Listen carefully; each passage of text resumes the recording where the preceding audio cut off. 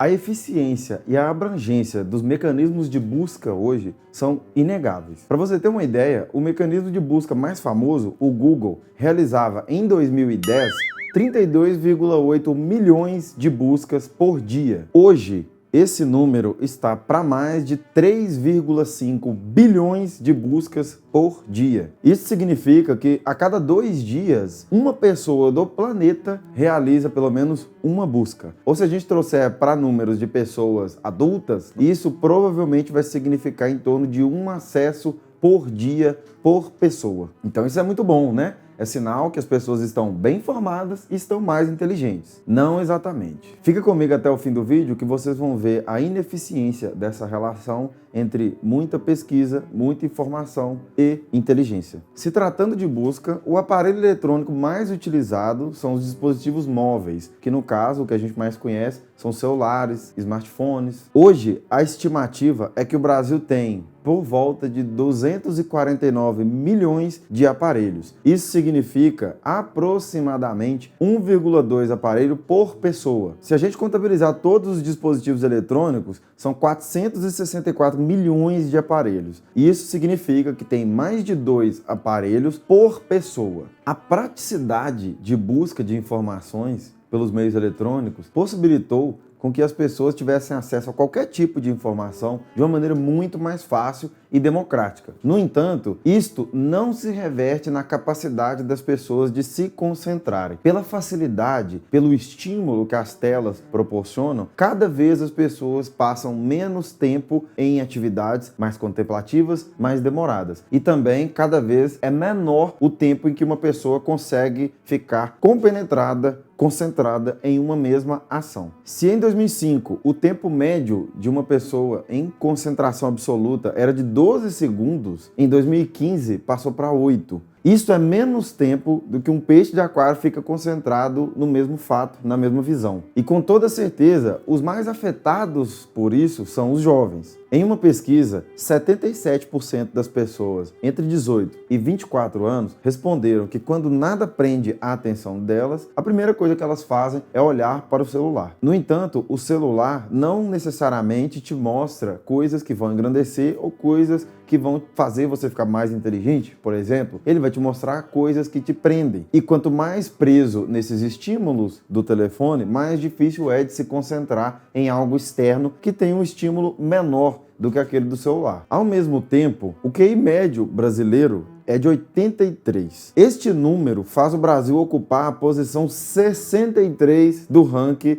de QI médio. Para vocês terem uma ideia, são vários os países que têm QI médio acima de 100. E sendo, pessoal, que este QI foi medido já tem um tempo. Então, hoje, a gente não sabe necessariamente a métrica exata desse valor e é logicamente que não tem valor exato, mas é uma estimativa para a média da população. Outra questão preocupante são os níveis de educação brasileiros. Em informações coletadas entre 2006 e 2010, em uma comparação de 40 países, o Brasil ficou em penúltimo lugar, na frente apenas da Indonésia. E esses valores são, lembrando, coletados em 2010. Nós não sabemos exatamente como estão esses valores hoje. Somado a isso, nós temos um panorama de leitura. A média brasileira é de 1 livro por pessoa. Esse 1 livro é finalizado, tá, pessoal? A gente tem que considerar que nesses livros entram livros infantis, entram livros de escola, entram pessoas que são intelectuais, pessoas que são acadêmicos. Então a gente tem que pensar que para cada 1 livro por pessoa, provavelmente na estatística real, várias pessoas leem muito e muitas pessoas não leem nada. Ano passado eu consegui ler 28 livros. Para cada pessoa que leu igual a mim, tem 27 pessoas que nem tocaram num livro. Todas essas estatísticas são de pessoas que provavelmente já passaram dos 15 ou dos 18 anos. Para a gente ter uma noção ou uma ideia do que pode acontecer com a população e com esses números daqui 10, 15, 20 anos, a gente tem que voltar o olhar para as nossas crianças e como elas estão sendo criadas e educadas. Essas pessoas que estão dentro dessas estatísticas que eu citei, provavelmente tiveram muito menos acesso a telas do que as crianças hoje estão tendo. E essas crianças somente entrarão nessa estatística daqui 10, 15 ou 20 anos. Hoje já tem estudos sendo desenvolvidos com a ideia de que esta geração atual, provavelmente, na história, será a primeira que terá o QI menor do que a de seus pais. Um neurocientista francês chamado Michel Agora vai.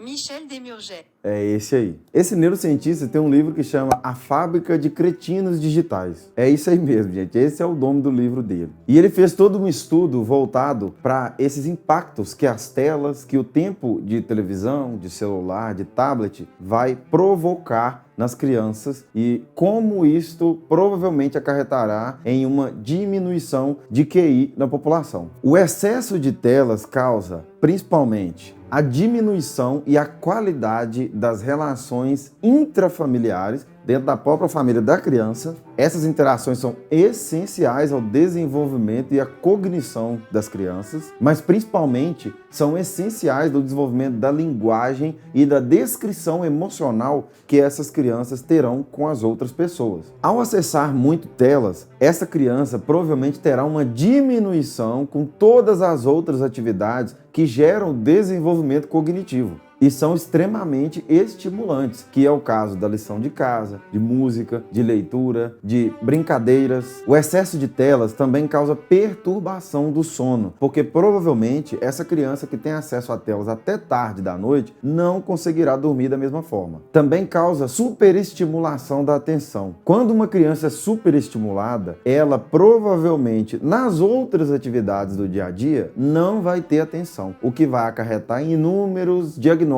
de déficit de atenção que já está acontecendo hoje. Além desse distúrbio de concentração, as crianças normalmente têm impulsividade e hiperatividade. Somado a tudo isso, uma criança que passa muitas horas na frente de telas, provavelmente está desenvolvendo um sedentarismo, porque é meio difícil uma pessoa estar tendo acesso a telas durante muitas horas e estar fazendo atividade física. Então essa pessoa vai ter o desenvolvimento corporal postergado e também vai desenvolver um déficit na maturação cerebral. Esse neurocientista também passou uma média de uso de tela. Para crianças até 2 anos, a média mundial já está próxima de 3 horas por dia. Para crianças até 8 anos de idade, essa média já está subindo para 5 horas por dia. E no caso de adolescentes, pessoal, a média já está superior a 7 horas de uso de tela por dia. Todas essas estatísticas são para ilustrar o problema atual que nós temos com o déficit de estímulo cerebral. O cérebro, pessoal, ele não é um órgão estável. O cérebro funciona mais ou menos como um músculo. O nosso músculo é um gastador de energia. O corpo só produz músculo se ele for estimulado, se ele sentir que precisa necessariamente dessa massa muscular. E com o cérebro não é diferente. Se você não der estímulos, se você não sobrecarregar o seu cérebro e logo após dar um descanso, sem essa sobrecarga, o cérebro não vai descobrir novos potenciais e novos níveis de desempenho. E no caso de crianças e adolescentes, isso é gravíssimo, porque esta fase é justamente a fase de desenvolvimento, de pensamento, de cognição, de capacidade de raciocínio. Se uma criança ela é hiperestimulada por situações que não desenvolvem o cérebro, mas apenas os sentidos especificamente, como é o caso de um desenho animado, como é o caso de vários estímulos, esta criança não estará apta a o cérebro desempenhar certos raciocínios que serão comuns na fase de adolescência e a fase adulta. O cérebro humano precisa de desafios para que ele se acostume com certo nível de dificuldade, se desenvolva e aquela atividade passe a ser simples, passe a ser um cotidiano. Aí você vai lá e desafia ele novamente. Então a gente precisa se adaptar a esse estímulo progressivo no cérebro e no caso das crianças, elas precisam ter o desenvolvimento normal, o desenvolvimento como era há 50, 100 anos atrás. É um desenvolvimento mais brando, devagar, para que a própria criança vá criando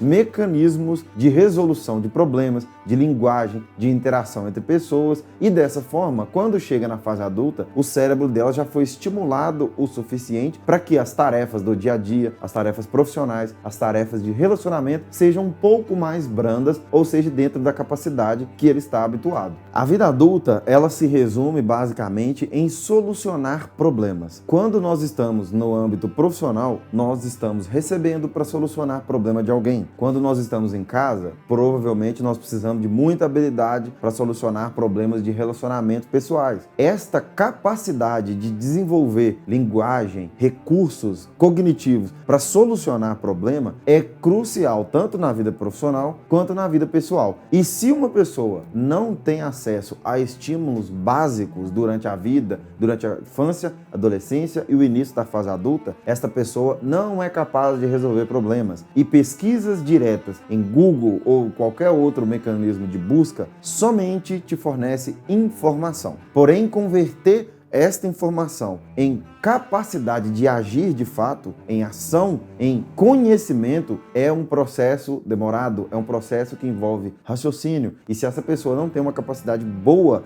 de raciocínio, ela não conseguirá reverter essa informação em ação. A filosofia antiga fala sobre dois processos que envolvem o aprendizado de todas as pessoas. É a percepção sensível somada à parte inteligível. O que é isso? Percepção sensível é essa percepção automática, natural, objetiva. É observar algum fenômeno, é ler alguma coisa, é ouvir alguma coisa. Esse primeiro contato com qualquer tipo de fenômeno, frase ou teoria que seja, é a percepção sensível. Isto sempre está ligado aos nossos sentidos, seja visão, audição, paladar, tato, enfim. O inteligir já é passar este dado para a nossa inteligência. E essa questão de inteligência, ela é interior, ela é um pouco mais complicada. É um processo que faz com que essa informação se torne parte de você, se torne parte do que você sabe e que quando você precisar desse recurso, você conseguirá lembrar daquela informação, daquela percepção sensível e colocar algo daquilo em prática para solucionar algum problema. Se você não tem os estímulos necessários para fazer essa conversão, você provavelmente não desenvolverá essa capacidade de lidar com problemas ou complexos ou até mesmo os simples. Diante de todos esses dados, pessoal, eu concluo te falando que as informações fáceis não necessariamente se converterão em inteligência e em capacidade de resolver problemas. E a melhor forma de desenvolver e melhorar a inteligência, a capacidade de se expressar, a cognição e todas as outras características humanas é a leitura. Nós precisamos muito de leitura de literatura, o que vai fazer com que você aumente a sua capacidade de pensar situações possíveis e também de se expressar. E para isso eu fiz um vídeo